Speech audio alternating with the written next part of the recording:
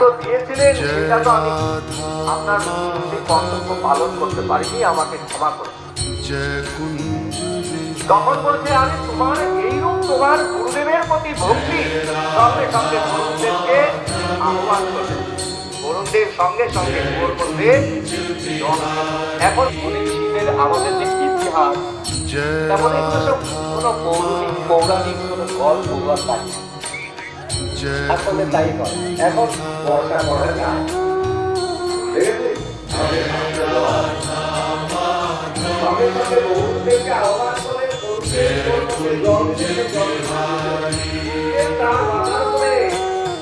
আহ্বান করে আমার যত